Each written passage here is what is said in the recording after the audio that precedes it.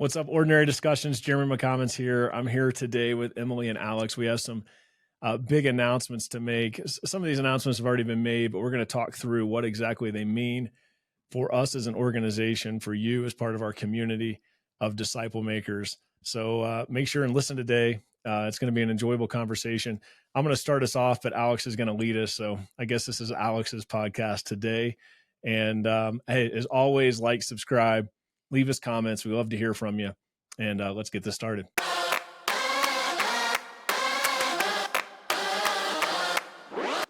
right, let's do this. What's up, Alex and Emily? How are you guys?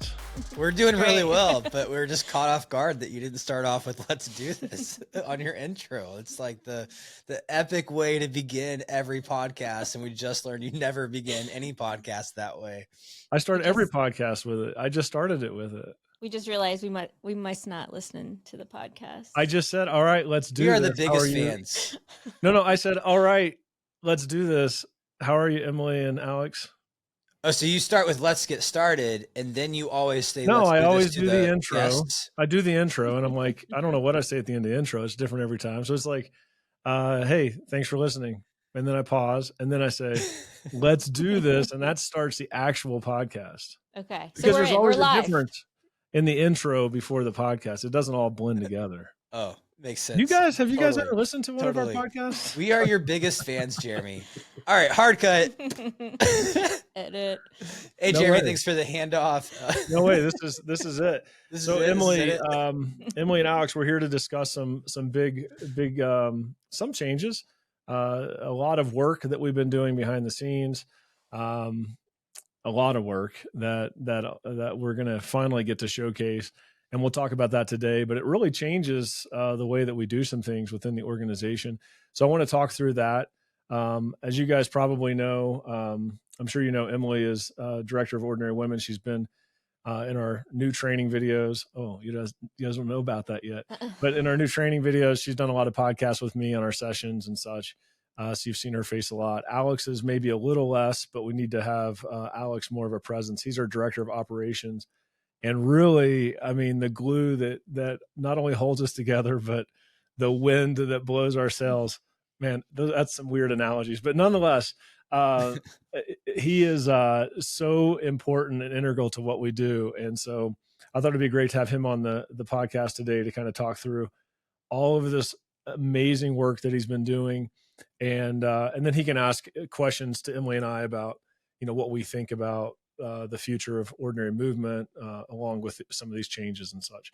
So, Alex, I'm just going to kind of turn it over to you, and maybe you can discuss some of these changes and things we've been working on that will improve and enhance what we're doing in Ordinary Movement.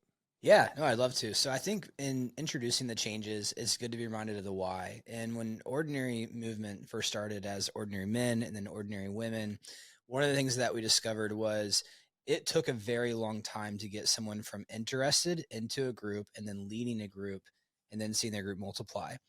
And the worth, I mean, the wait was worth it, right? Yeah.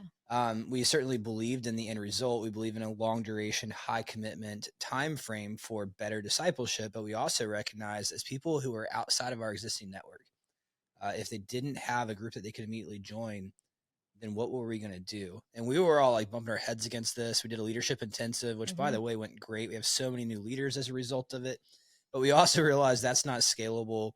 And we have a lot of high capacity leaders who are also busy people because they are great leaders. They're doing not just Ordinary Movement as discipleship, but other ventures as well, and discipleship and business. And time, it was just our big enemy now, figuring out like, hey, there's a void in discipleship. We need better resources and tools to give people. And what we are doing, while it works really, really well for the people in it, it does not work very great for people outside of our current network. And so understanding the problem that we were facing, and really then we were working through how do we make sure if people were to come in and we could just give it to them, how do we not just let this run out of our control in the sense of people take this but leave away, leave the culture. We wanted them to carry the culture, the values that make this an effective disciple-making platform. And so how do you speed it up, but still make sure that the gravitas of culture was there? And As we worked through it, we recognized that we really did need a training course and a better orientation for participants, something that would allow people to go through, really get a deep dive on who we are, what we're about, and would really be a bit of a vetting tool in the sense of like, if you're not willing to put in an hour, or however much time it is just to do a quick orientation and registration, if you're not willing to put in a little bit of time of a training course, are you really going to do the follow-up? Right. Are you really going to be the leader that actually like sends out reminders? Are you going to like, after the 3 or 6 month, like that there's a point at which leading becomes hard.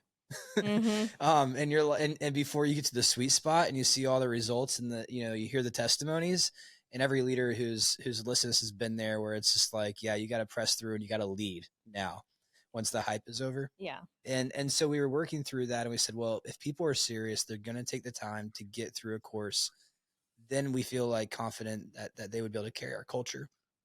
So that being said, we have spent months upon months upon months of creating content, and it started from like storyboard high level into then looking at lesson by lesson, looking at a participant track, a leader track, considering men, considering women, considering what would co-ed look like as we branch into that, because we have more and more people asking for that.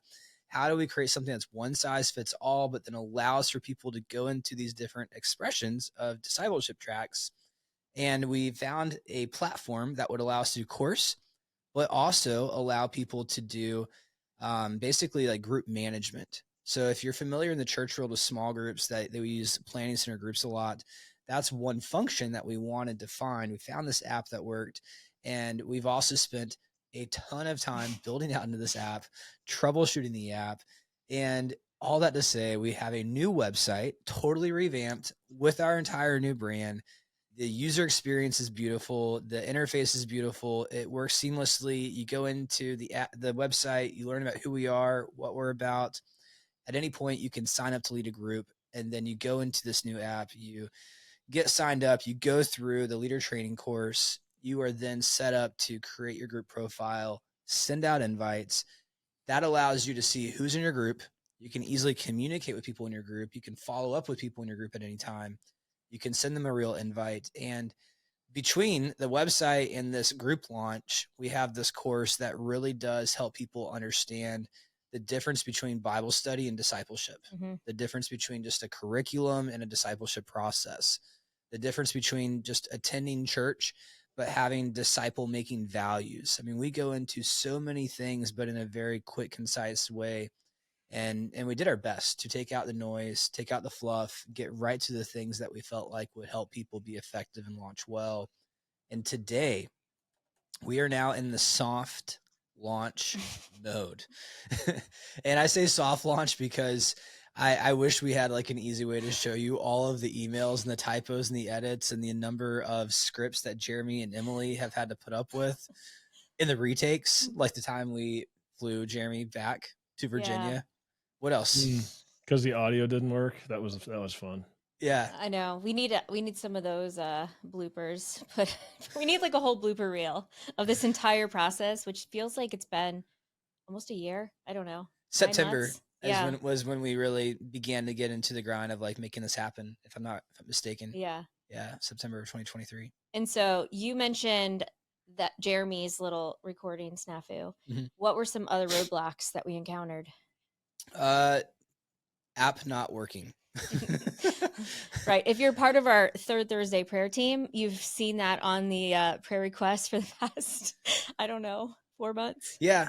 Well, to be honest, a lot of this, like, had everything worked the way it should, we would have been done 2 months earlier. Yeah. And so maybe 3 months earlier. And so with the different roadblocks, another really exciting piece, not only do we have the website, we have the app, but we're also revamping the workbooks. And so, yes, they have really cool new colors, but not only do they have really cool new colors, they have a really cool logo. And not only do they have a really cool logo, y'all, these books we have gone through and we've done deep dives into addressing every typo, every grammar issue. We've really tried to take feedback seriously from you guys, and we've really tried to make it the best ever. I mean, every time we try every time we edit a book, and the new edition comes out, it's like the better model. We feel like this one is probably going to live for a while. Oh yeah. I hope for a it while. better. It's been a lot of work. Jeremy says that, and then I think, Jeremy, you'll be like, y'all, we've got to redo this session. I know we can make it better. I feel like every week there's that. So if we get pray that Jeremy gets all of the downloads of revamps now, not after. We can get it to print quickly before Jeremy changes his mind.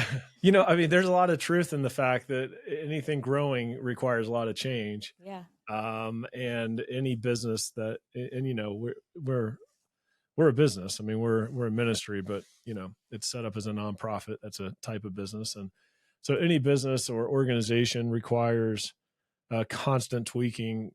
As my football coach would always say, you're either getting better or you're getting worse. You're never staying the same. Right. And so I think that's very true in life and in organizations. And, as you were speaking, Alex, I was just thinking of all the things that we have done since, like, it could have been September. Some of this may have started a little sooner. Some of the things I'm going to mention, but, and some of this we've mentioned on podcasts before, but I just want to bring the community up to speed, because if you're not in the day to day, you could think that, well, they're just running these groups. Well, and that is, as I always say, that's the blocking and tackling of what we do. That is the core. That's the most important thing we do. But in that process, we rebranded. I mean, that was a big process. I mean, it's easy just to say we rebranded like it's a quick, easy thing. But man, that was not. That was a pretty big deal. Trying to figure that whole thing out, because we were just Ordinary Men Inc., which didn't work because we have ordinary women as well. And so there's a lot of discussion, a lot of feelings, a lot of emotions involved in that, as there should be. And then, as you mentioned, we did our new website. That's a lot of work. We're about to unveil that. It's beautiful. I think, Alex, you did an amazing job on that. I think it's not only aesthetically pleasing, but it actually tells people what we do. I know some of this you already said, but we also had to agree to a new process of how we're going to do things. It wasn't just like, oh, well, we're going to create a training curriculum and an app. There were hours and hours of meetings of heated discussions, maybe at times, which is very, very healthy for any organization. If there's not any conflict, then I would argue that there's probably not a lot of passion involved in that organization. So there was opposing views on what we should and shouldn't do and how we should do it.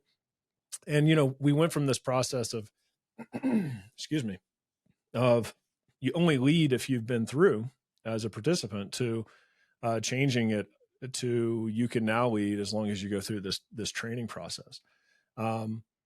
That sounds really simple on the surface, but that was a big change. And that was a lot of discussion. And what does that look like? And how do we protect our mission and vision and our core values, our cultural values, as we change in this way? And is it really something that we feel like God is calling us to do? Or are we just trying to grow for growth's sake? Because it's really simple. It's really easy as a ministry to get caught up in the butts in the pew, terminology. It's like, man, we feel good about ourselves if we have a bunch of people in the seats. Obviously we don't have seats, but ours would be butts in a group, whatever we want to call it.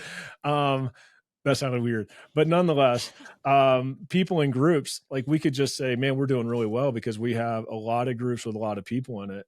But that may not be actually succeeding, right? We could be measuring the wrong thing.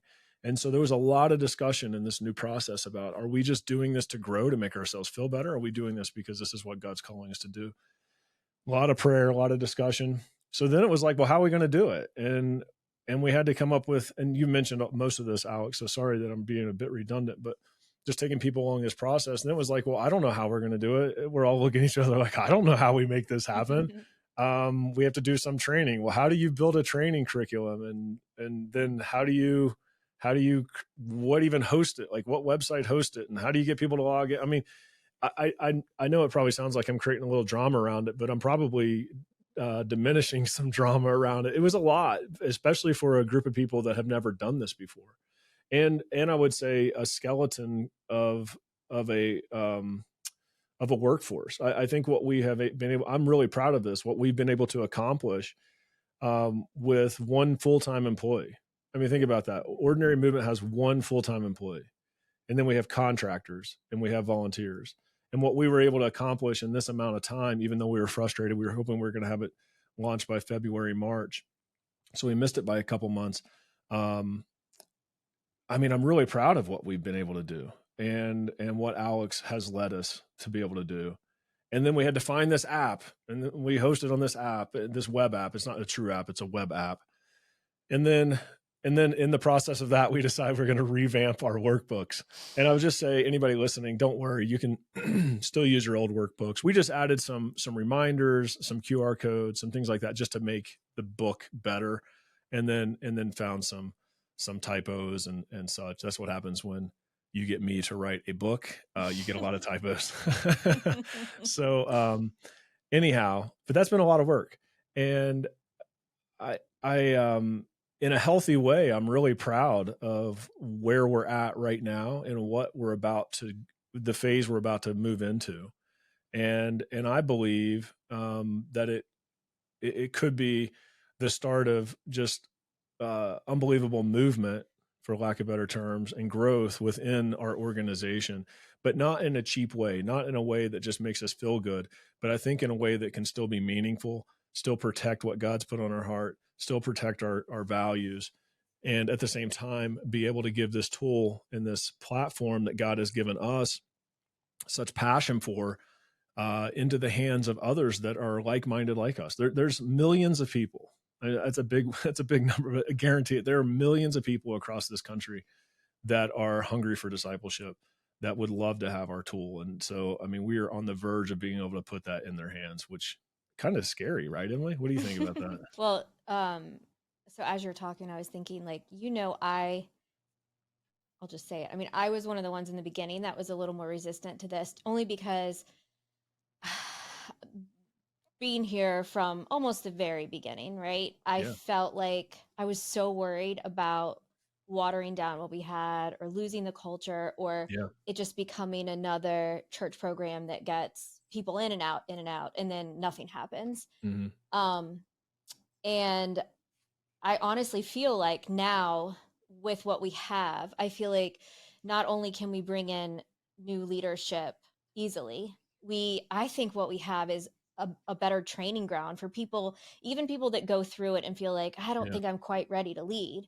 There's so many more resources now for leaders. So even if you've been through it and you feel a little inadequate, the leading process is so much easier with what we've created. So I think for people that are in it and people that have never gone through it, I think you're going to get that equal abundance of information and support that you need in order to disciple. Like, I'm really proud of it.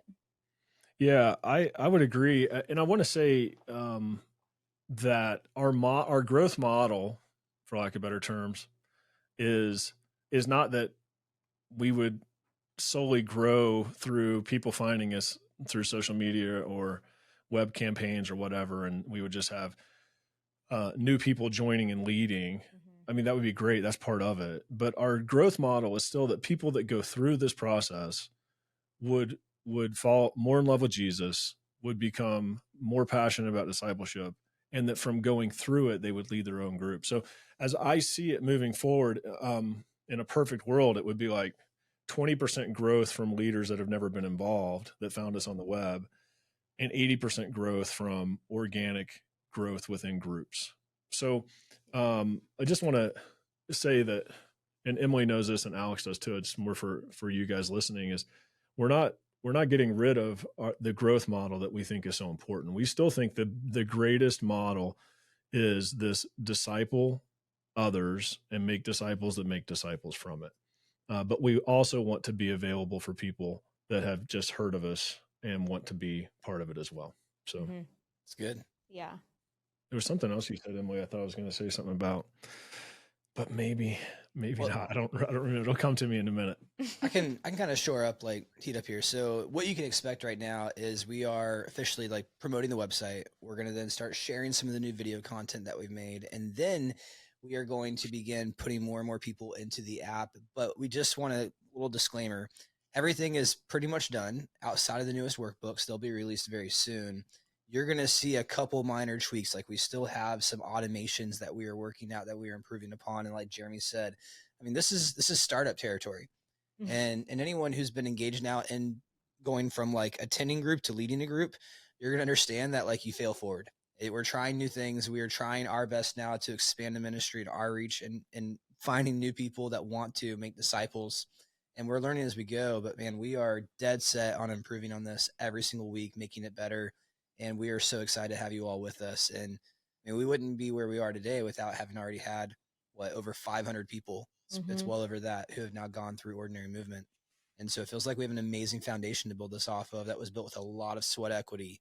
Yeah, that's what I was going to say, Emily. You were saying people that have been through it before, if you go through it, like I'm so excited for somebody that has been through it in the past, like a year or two ago, to then go through the process now. I think they're going to be blown away. Like, what?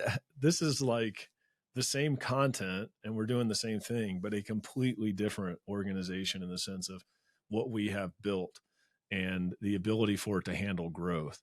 So I'm really excited to see some people get back involved and just kind of see their reaction to it. And I think also it's such a good refresher course for people that maybe were in the OGs of Ordinary Men and Ordinary Women, or even in the, the second generation or whatever it was, who have kind of fallen out of it. And so they just need that like boost to get back into discipleship. And also, just a reminder of the curriculum and a reminder of the culture. Like it's such a good resource for them. Yeah. And I want to point out that, like, of course we want to be movemental. Of course we want to grow across this nation, have millions of groups, hopefully one day. That'd be amazing. But we are solely committed to this high challenge, high grace principle, this our value that we don't want to cheapen the process. We want people to realize that what they're saying yes to has weight to it. As you would say, it's not just another program that people are going through. This is a serious thing that we're asking people to take a journey with us on. And so even in the training, one of our first videos is count the cost of discipleship, and more or less saying, hey, if you haven't counted the cost of discipleship, then maybe you should stop right here. Not trying to talk people out, but definitely warning them and saying, hey, Jesus told us to count the cost of discipleship. We're going to ask you to do the same. And then like the second video in, there's an opt-in or opt-out feature where it's like, hey, you've heard our values, you've heard our culture. This is your opportunity to opt out if you're not with us.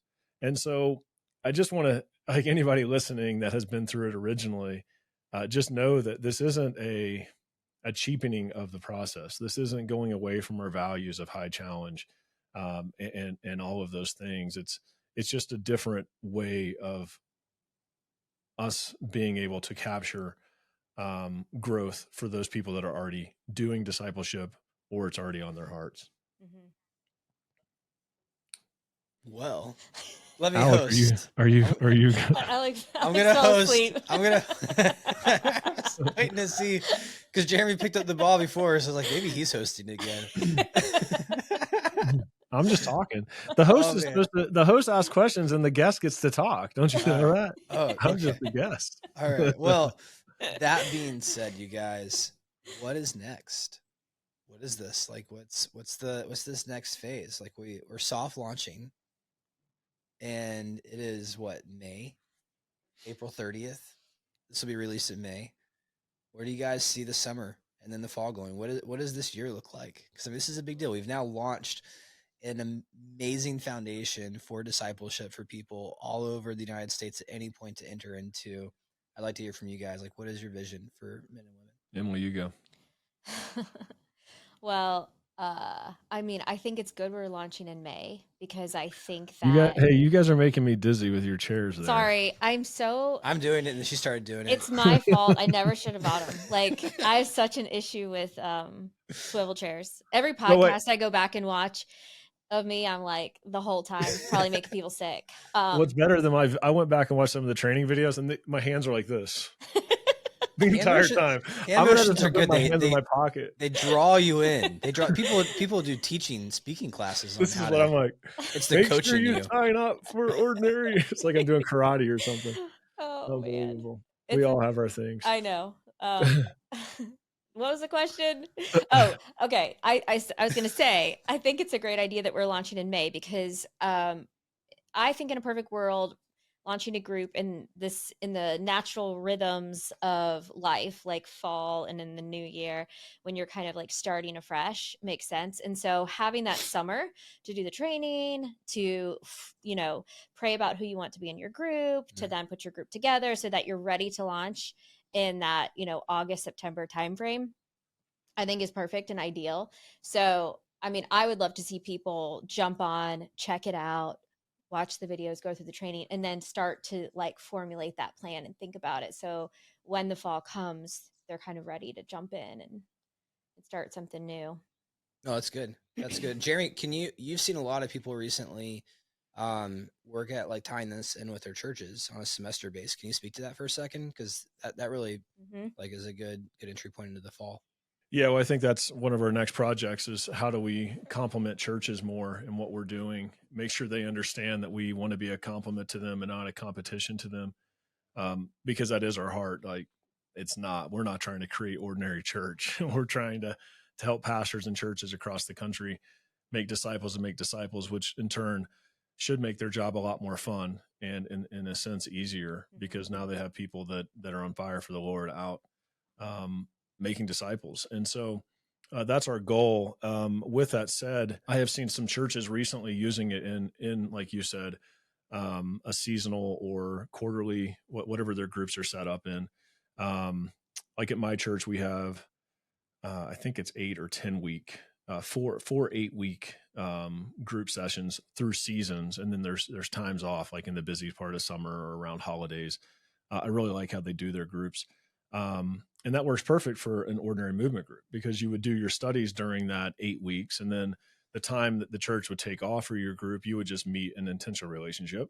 And then you would start back up your study. So it would be a rhythm of 8 weeks of study, 8 or so weeks of intentional relationship, and then back into study. So this can be done. Ordinary movement, men and women, can be accomplished in any way you want. It could be a weekly format. It could be a bi-weekly. It could be a month on, a month off. I would just encourage anybody that takes the time off. It's really not off. That's the time to engage in intense relationship. But yeah, we're seeing that. And, to answer the same question as Emily, to be honest with you, I mean, I don't really know what this next phase looks like. I know we're going to finally be able to market what we do.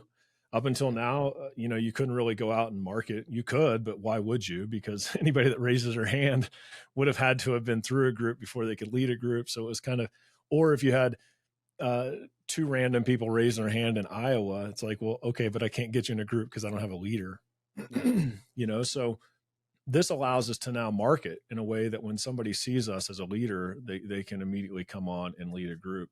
So it allows us to really get the word out in a much greater capacity through social media, the web, ad space, the whole 9 yards. And if I'm just to be extremely transparent, it makes me extremely nervous because, as I said before, we have 1 paid staff. Now we can change that, and we can grow with growth. But in the near term, like if we have a flood of people, it's a good nervous, don't get me wrong, but it's like, man, what happens if? And the very thing that makes me nervous, what happens if, is the very thing that I'm hoping for. Does it make sense? It's kind of a weird thing, but the floodgates may open and we may have 200 groups next year, or it may just open the space for 5 new groups that wouldn't have been groups before. And if it's 5 groups, if it's 1 group, whatever it is, it's still worth all the time and energy. Yeah. So I'm not really attached to the number as much as being attached to making what we have available to whoever wants it. That's good. Well, wrapping this up, Jeremy, final thoughts, send off. I don't know. Emily, you have any final thoughts before my final thoughts? I don't know. I think I'm just excited about this next season, what it holds. And I'm excited for people to kind of step up and step in, ones that have just been sitting on the sidelines, sleeping their way through the past few months. I'm excited to see what the Lord's going to do through our work and our faithfulness. So. Yeah, I agree. I would just ask those of you listening, First off, if you're not part of Ordinary Movement and this is appealing to you, then please find the link below and join us, right, as a group leader, or reach out if you want to participate. So we'd love to have you part of what we're doing. And I just ask everyone to pray about this next season, what it looks like, not only for their own lives, but for the lives of those that don't even know we exist until they hear about us in the next couple months. And that, as leaders, we would do a good job to handle future growth as it comes in and grow properly. So with all that said, I'm extremely excited. I have a great deal of anticipation for what could happen. And I think that's difficult in ministry because like you have to do all the work, but let go of the results, right? And so I have all this anticipation, I have all this excitement, but at the same time, I'm very reserved in it to say, we've done what I feel like God put on our heart. We've done the best that we can. And now it's just up to him to grow it in whatever capacity he wants. So that's not an easy place to rest in. It should be, but for me, that's a tough place. So I have to continue to pray through that daily. Yeah. What about you, Alex? I am really excited to get into the reach strategies. I mean, I'm already like tinkering on the back end, working on our SEO. We've got our Google ad grants going. And the reason why, like you said, is not really numbers. I've done the research to see the void in discipleship. And so we know there's this need. Oh yeah. We have this great process and platform and tool to bring to the church and help. And I think, by the way, in our own research, like we bring something that's still like, we're probably the only main kind of process platform experience people have that is like long duration, high commitment. Mm-hmm. There's a lot of really amazing, good, short kind of experiences that really do help people grow spiritually, but it doesn't create this whole discipleship, like really immersive experience where people really are known and they get poured into and they get raised up. And that's what we excel at. And I think it's a harder pitch because we're asking for a higher commitment, but I also think the quality of what people get out of it, both in the receiving end and also in leading, it shows itself. And so I'm really excited to make this available and visible to the church because I believe it's going to solve a problem that really needs a great solution. Yeah, I agree. We're so similar in so many ways to what other people have done, yet so different. Yep. I know that doesn't make any sense, but very different, same mission, just different way of going about it that works a different muscle. Mm-hmm. Yeah, I mean, I think we don't have to make this too long, but we're pointing people through a process in a workbook. A lot of people will do that, right? But I think what we're trying to do is train up disciples so that they will then go and decide. I know that's what we're doing, so that then they'll go out and do the same in their own lives. Not just like, and these are all great programs. I'm not going to mention any, but not just like get people in a room and hit play on a DVD or a web stream, right? That's all great, but that's more facilitating. We're trying to create people that want to lead in their faith. And then give them this process that they can then go do it themselves. And, that's why it can look so similar on the surface, but once you're involved, I think you realize just how different it really is. And so, man, more than anything, I just love to see the culture in our churches change around discipleship and change around the ordinary person, putting aside the consumerism mentality of just come and sit in a pew every week, and instead take their faith to the next level of what is God asking me to do with my life. And if it's Ordinary Movement helps facilitate something completely outside of Ordinary Movement, that's great. If it is, I want to continue to do Ordinary Movement because it's a great way for me to disciple people, then that's great too. But whatever it is, we just want,